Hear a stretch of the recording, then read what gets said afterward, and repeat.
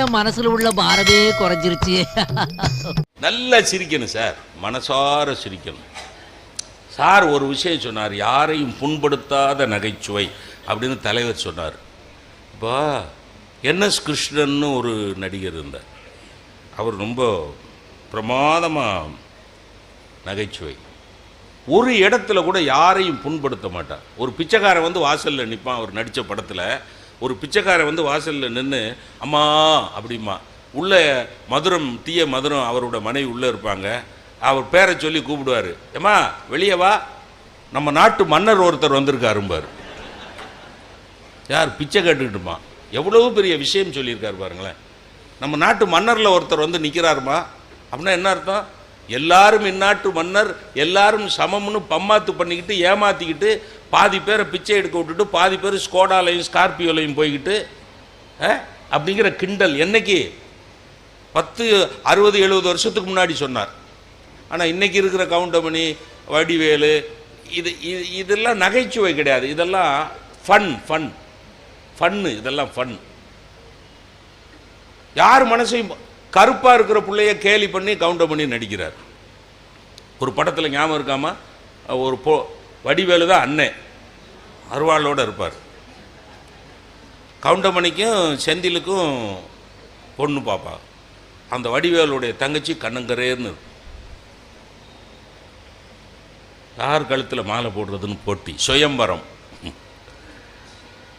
செந்தில்கிட்ட அந்த மாலையை கொண்டுட்டு அந்த பெண் குழந்தை போகும்.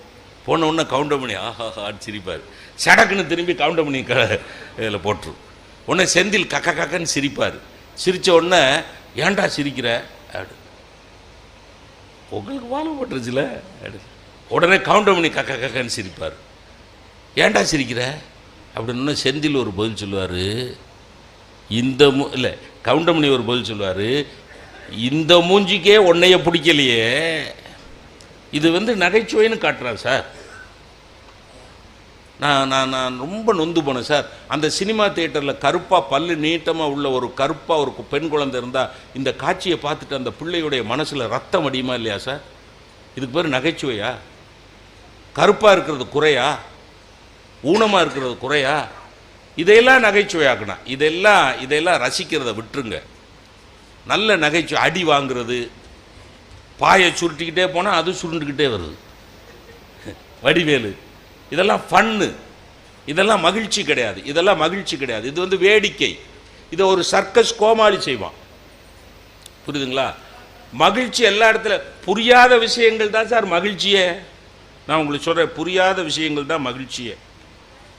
இப்போ எனக்கு 1970 வேலை கிடச்சிது சிவகாசியில். 73 வேலை நிரந்தரமாயிருச்சு. 73 வேலை நிரந்தரமான உடனே என் கூட வேலைக்கு சேர்ந்தவனுக்கெலாம் கல்யாணம் ஆயிடுச்சு. எனக்கு ஒருத்தனுக்கு 5 பேர் ஃப்ரெண்ட்ஸு, 4 பேருக்கு கல்யாணம் ஆயிடுச்சு. அந்த 4 பேருக்கு எனக்கு கல்யாணம் ஆகலையேன்னு வருத்தம். சுதந்திரமாக இருக்கானே அப்படின்னு என்னை தூண்டி விட்டாங்க. மாப்பிள்ள எங்களுக்கெல்லாம் கல்யாணம் ஆயிடுச்சு, நீ மட்டும் கல்யாணம் ஆகாமல் அப்பாட்ட சொல்கிறா அப்படின்னா. எங்கள் ஊர் மதுரை, சனி ஞாயிறு மதுரைக்கு போவேன். எப்போவுமே எங்கள் அப்பாட்ட நாங்கள் பேசினதே கிடையாது.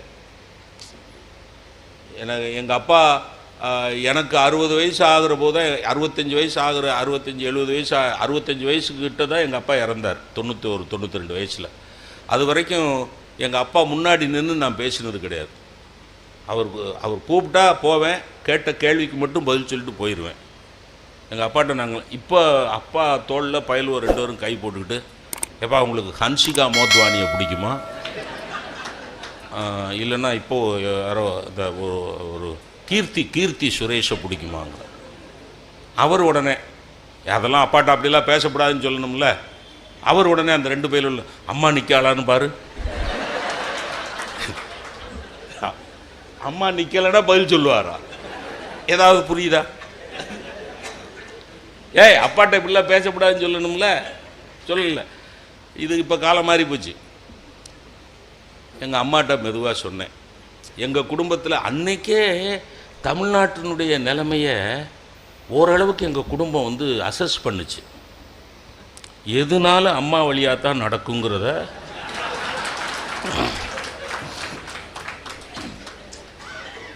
அப்பா நோ வேல்யூ. உடனே எங்கள் அம்மாட்ட சொன்னேன், அம்மா நான் பொண்ணு பாருன்னு சொல்ல முடியுமா? அம்மா பெத்த தாயிட்ட போய் எனக்கு கல்யாணம் பண்ணி வை, எனக்கு பொண்ணு பாருன்னு சொல்ல முடியுமா? மெதுவாக, ஏம்மா நீ வாய்க்கு ருசியாக நல்லா சமைச்சு போட்டு விட்டுட்டம்மா. சிவகாசியில் ஒரு ஹோட்டல் கூட நல்ல ஹோட்டல் இல்லைம்மா, ரொம்ப கஷ்டமாக இருக்குமா. எங்கள் அம்மா புரிஞ்சுக்கிட்டா தான் அம்மா. புரிஞ்சுக்கிடாமல் சேர்த்து வச்சா அது சும்மா. புரியுதா? புரிஞ்சுக்கிட்டா தான் அதுக்கு பேர் அம்மா. அம்மாங்கிற சொல்லே புனிதம். 4-5 வார்த்தை புனிதமே போச்சு.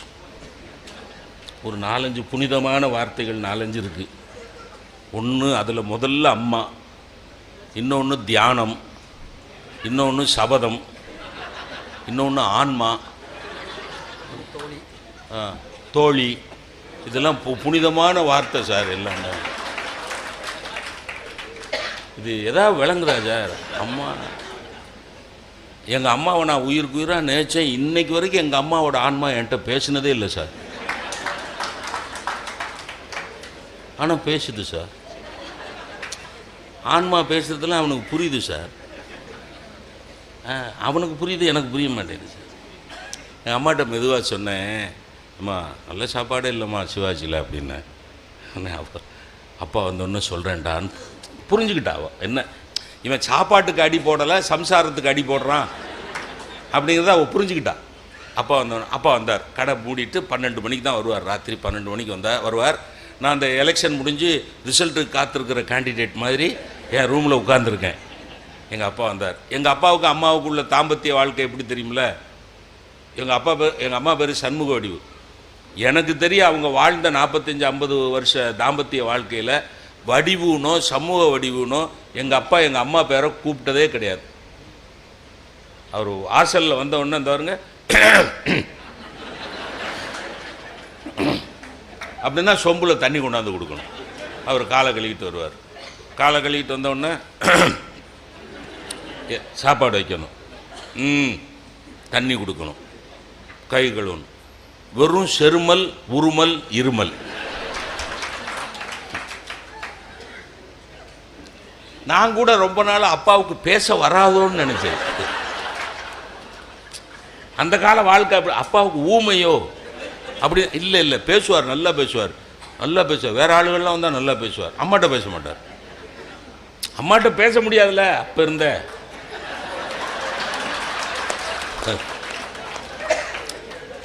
அம்மா என்ன விளையாட்டா? அம்மாட்ட பேச முடியல. பெரியவன் வந்திருக்கான், நான் தான் மூத்தவன். இல்லை அவனுக்கு ஹோட்டல் நல்ல ஹோட்டல் இல்லையா, சிவாஜியில் நல்ல சாப்பாடு இல்லையா. என்னங்க ஏதாவது சொல்லுங்கள், ஏதாவது ஏற்பாடு பண்ண வேண்டாமா? அப்போ தான் பேசினார். அவனுக்கு நல்ல சாப்பாடு கிடைக்கணும், அவ்வளோதானே, ஏற்பாடு பண்ணிடுவோன்னார். அப்பா பொண்ணு வாக்க போகிறாங்க, வெரி குட், ரொம்ப ரிலீஃப் ஆச்சு. பாடா பொண்ணு வாக்க போகிறாங்க, அப்பா ஓகே பண்ணிட்டாரு. அவனுக்கு ஒரு நல்ல சாப்பாடு வேணும், அவ்வளோதானே, ஏற்பாடு பண்ணிடுவோம். காலையில் அவன்கிட்ட சொல்லிடு, அப்பா ஏற்பாடு. என்ன ஏற்பாடுங்க பண்ண போகிறீங்க? எங்கள் அம்மா சும்மா தானே இருக்கா, கூட்டிகிட்டு போய் சொல்லுங்க.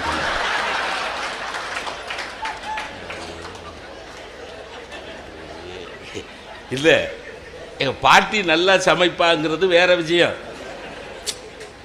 நான் ஒரு பார்ட்டிக்கு ஏற்பாடு பண்ணியானா இவர் எங்கள் பாட்டியை கூட்டிகிட்டு போய்க்கிறேன். அன்னையிலேருந்து எனக்கு ஒன்றும் புரியலை சார், ஒன்றுமே புரியல. பொண்ணு பார்க்க போன அன்னைக்கு பவர் கட்டு சார். பொண்ணு பார்க்க போயிருக்கேன், தென்காசியில் பொண்ணு பார்க்க போயிருக்கேன். பொண்ணு அடுக்கலையில் நிற்கிது, நடுவில் ஒரு ஹாலு, அதில் தான் சாப்பாடு வச்சா. இரவு டிஃபன், கை நினைக்கிறது போகும்ல, கை நினைக்க சொல்லிட்டாங்க. நான் எங்கள் பெரியப்பா கூட போயிருந்தேன். எங்கள் பெரியப்பா பொண்ணு பார்க்கணும்ப்பா, பொண்ணை பார்த்துட்டு சாப்பிடுவோம்ப்பா, பொண்ணை பார்த்துட்டு சாப்பிடுவோம் அப்படின்னேன். பாப்பா எங்கள் மாமனார், என்ன மாப்பிள்ளை என்ன சொல்கிறாங்க அப்படின்னு. இல்லை பொண்ணை பார்க்கணும். ஏம்மா பொண்ணை கூட்டிகிட்டு வா. அப்போவே அவோ உருட்டுன்னு போயிட்டு, வாமா மின்னலு அப்படிங்கிற மாதிரி. அப்போவே 1973 அடுக்கலையிலேருந்து மெயின் ஹாலுக்கு கண்ணமைக்கிற நேரத்து பறந்துட்டா. பொம்பளை பிள்ளைகள்லாம் அப்படி தான் இருக்கணும்னு சொல்லி கொடுத்துருக்காங்க. இப்போலாம் கல்யாணத்துக்கு முன்னாடி 1 மாதமாக 2 சினிமாவுக்கு போகுது, பீச்சுக்கு போகுது. கல்யாணத்துக்கு 2 நாளைக்கு முன்னாடி அந்த மாப்பிள்ளை எனக்கு பிடிக்கலங்குது. எல்லாம் சுற்றிட்டு எனக்கு அந்த மாப்பிள்ளை பிடிக்கல அப்படிங்குது. அப்போல்லாம் அப்படி புருட்டுன்னு போய்ட்டு எங்கள் பெரியப்பா பாத்தியால புருட்டுன்னு போயிட்டா பெரியப்பா, பார்க்கல பெரியப்பா. அந்த நேரத்தில் பவர் கட் ஆயிடுச்சு. பவர் கட்டான பண்ண புருட்டுன்னு இந்த பக்கம் போயிட்டா. இருட்டில் தெரியல பெரியப்பா. இல்லை எங்கள் பெரியப்பா சொல்ல இன்னைக்கு வரைக்கும் எனக்கு விளங்காத விஷயம் அதுதான். எங்கள் பெரியப்பா சொன்னார், கடவுளாக பார்த்து கரண்ட் ஆஃப் பண்ணியிருக்காரு.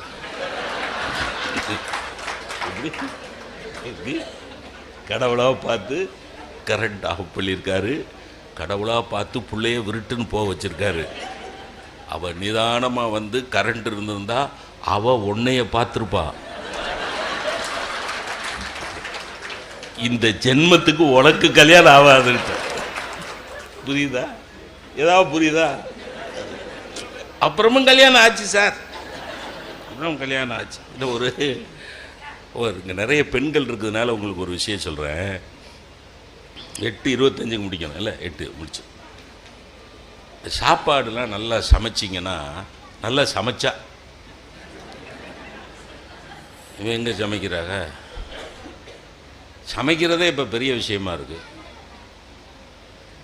ஒரு காலத்தில் அம்மியில் அரைச்சாங்க, உரல் ஆட்டினாங்க. இப்போ எல்லாமே கேட்ஜெட்ஸ். இந்த பெரிய கிரைண்டர் வந்தபோது, பெருசாக வெட் கிரைண்டர் ஒன்று வந்ததில்ல, அப்போ என் வீட்டம்மா கேட்டாங்க, வெட் கிரைண்டர் ஒன்று வாங்கி கொடுங்க. நானே மாவாட்டி கையெல்லாம் புஜம்லாம் வலிக்குதுன்னு அவனுக்கு வெட் கிரைண்டர் பெருசாக வாங்கிடும். அது தடங்குன்னு சுற்றும். பெரிய கிரைண்டர், பெரிய குழவிகள் இருக்குது. அப்புறம் கொஞ்ச நாள் கழித்து டேபிள் டாப் சின்னதாக குழவி போட்டு ஈஸியாக தூக்கி கழுவுற மாதிரி வச்சாங்க. அதை வாங்கி கொடுங்கண்ணா, அதையும் வாங்கி கொடுத்தாச்சு. அப்புறம் கொஞ்ச நாள் கழித்து இப்படி வலிச்சு போடுறது கஷ்டமாக இருக்குது. ஒரு டில்ட்டிங் கிரைண்டர் வாங்கி. பெரியோர்களே தாய்மார்களே, எங்கள் வீட்டில் இப்போ ஒரு வெட் கிரைண்டர் இருக்குது, ஒரு டேபிள் டாப் இருக்குது, ஒரு டில்ட்டிங் கிரைண்டர் இருக்குது, 3 கிரைண்டர் இருக்குது. தினம் சாயங்காலம் 15 ரூபாய்க்கு மாவு வாங்குறேன்.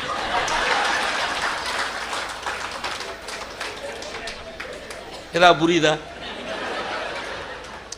மாவு ஆட்டுறதுக்குன்னு 3 கிரைண்டர் இருக்குது.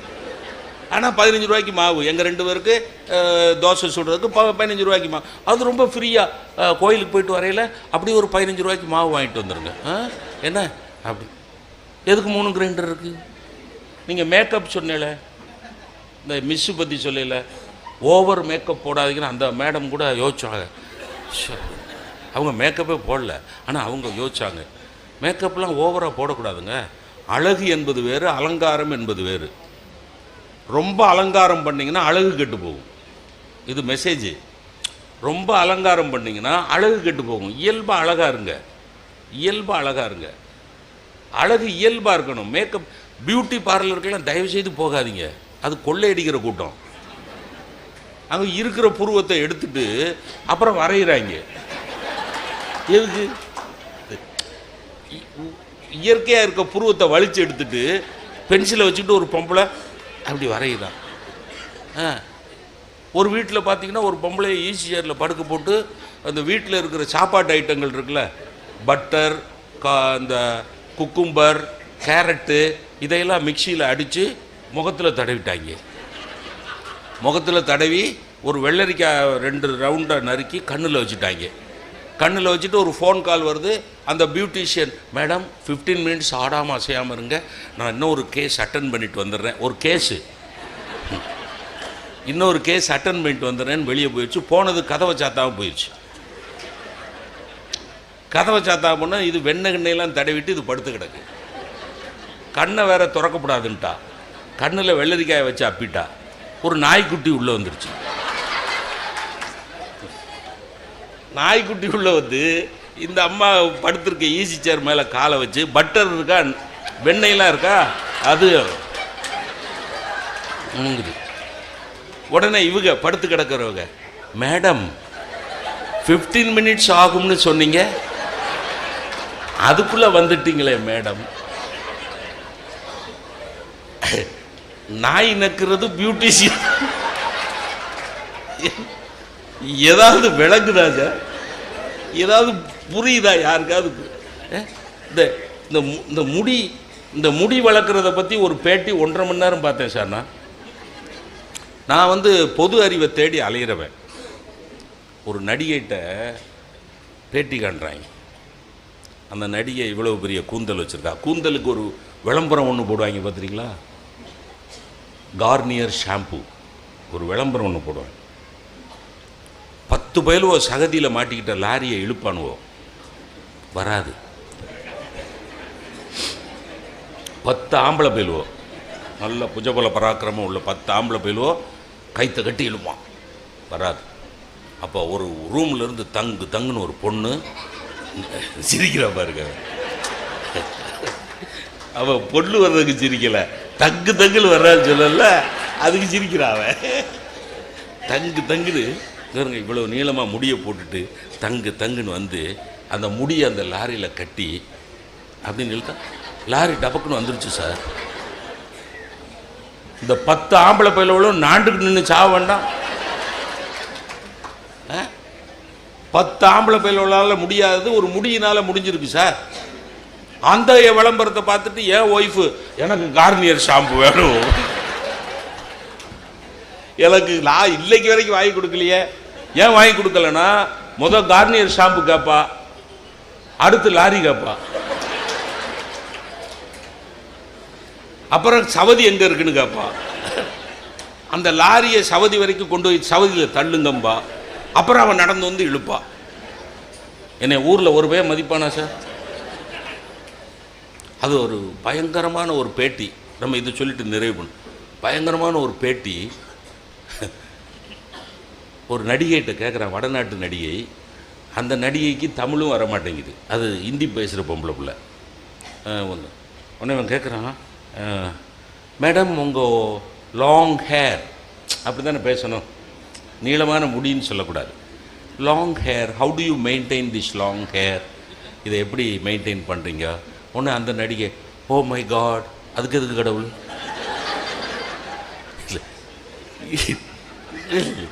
நீ முடியை எப்படி பராமரிக்கிறன்னு கேட்டால் பதில் சொல்லுவியா? அவர் பாட்டில் அப்புறாணியாக உட்காந்துருக்காரு. யார்? கடவுள். ஓ மை காட் அப்படின்னு அவர் எட்டி பார்க்குறாரு, என்ன விஷயம்னு. நீங்கள் ரொம்ப கஷ்டமான கேள்வி கேட்டிருக்கிறீங்க, வெரி டிஃபிகல்ட் கொஸ்டின். எது டிஃபிகல்ட் கொஸ்டின்? இந்திய நாட்டினுடைய முதல் ஜனாதிபதி யாருன்னா கேட்டான், இந்த முடியை எப்படி பராமரிக்கணும் சொல்லிட்டு போயேன். ரொம்ப டிஃபிகல்ட் கொஸ்டின் கேட்டிருக்கிறீங்க. அது it is not a simple thing. எது? இந்த முடியை maintain, it is not a simple thing, ஒரு very difficult. Shampoo, I don't use shampoo full of chemicals. கேர்ள்ஸுக்கு நான் என்ன சொல்கிறதுன்னா, shampoo is more dangerous than பாம்பு. எப்படி? ஷாம்பு பாம்புவோட கொடுமையா? அதனால உடனே இவன் நம்மாள், அப்போ வேறு என்ன தேய்ச்சி குளிக்கலாம்னு சொல்கிறீங்க? அது பாசிப்பயிறு இல்லை, பாசிப்பயிறு இந்த பச்சை உருண்டை இருக்குதுல்லே, அவனுக்கு தெரியல பாசிப்பயிறு இல்லை, இந்த பச்சை உருண்டை இருக்கு இல்லை, அது எடுத்து செம்பருத்தி பூ நல்லா நுணுக்கி எடுத்து, அது சீக்கா அது எல்லாம் மிக்ஸ் பண்ணி தண்ணியில் குழச்சி முடியிலே தடவினா நொறைச்சி வரும். அது நொறைச்சுனா என்ன மேடம்? அவன் அதாவது இவ கிறுக்கச்சின்னா அவன் பெரிய கிறுக்கனா இருக்கா. யார்? பேட்டி எடுக்கிறவன்.